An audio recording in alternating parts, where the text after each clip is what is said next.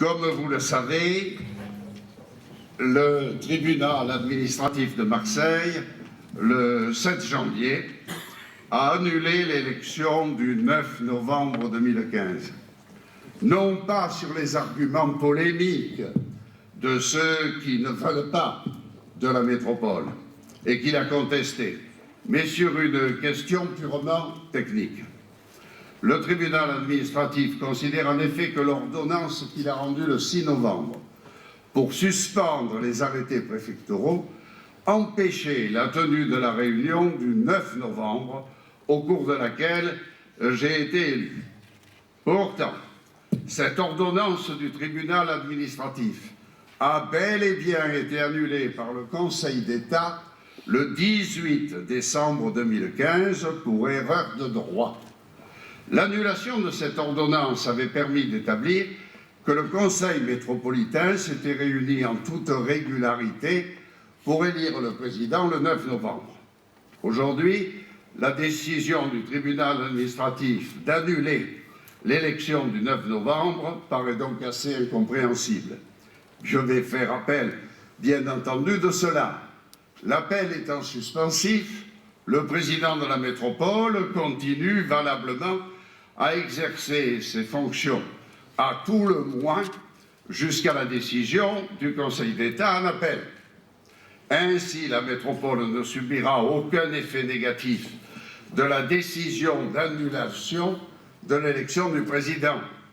En particulier, les salaires des 7 500 fonctionnaires seront payés dès janvier 2016, sans retard.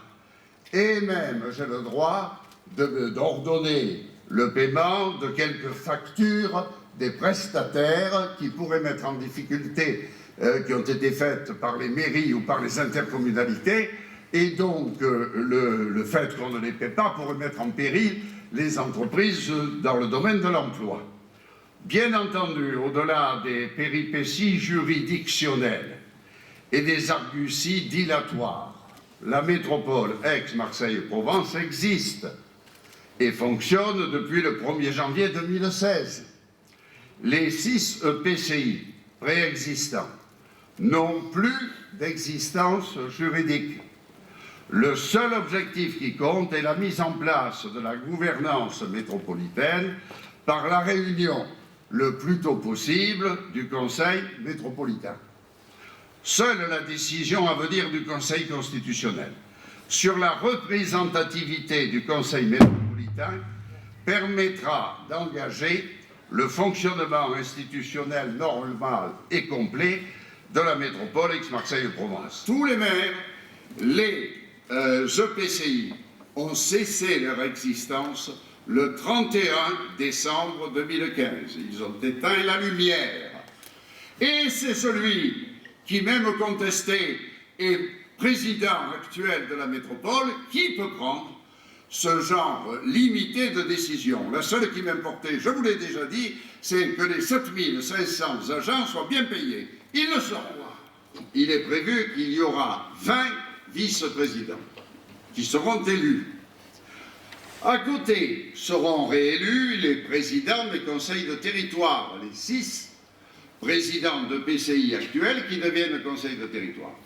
Et ceux qui seront élus sont de droit vice-présidents